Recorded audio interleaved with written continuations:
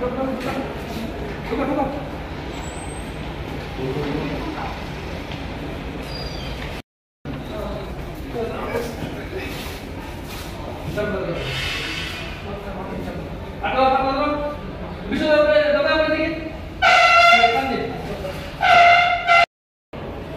ফার্স্টে accident call পাইছি, মানে আইয়া এক্সেস রাস্তার পরে উঠছে পাবলিক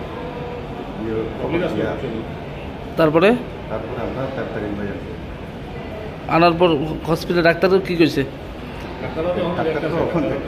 কি নাম টাম কিছু জানা গেছে নি? বয়স কত? 32। বাড়ি কোনখানে? কিভাবে হয়েছে অ্যাক্সিডেন্টটা? কিসে আসলো সে?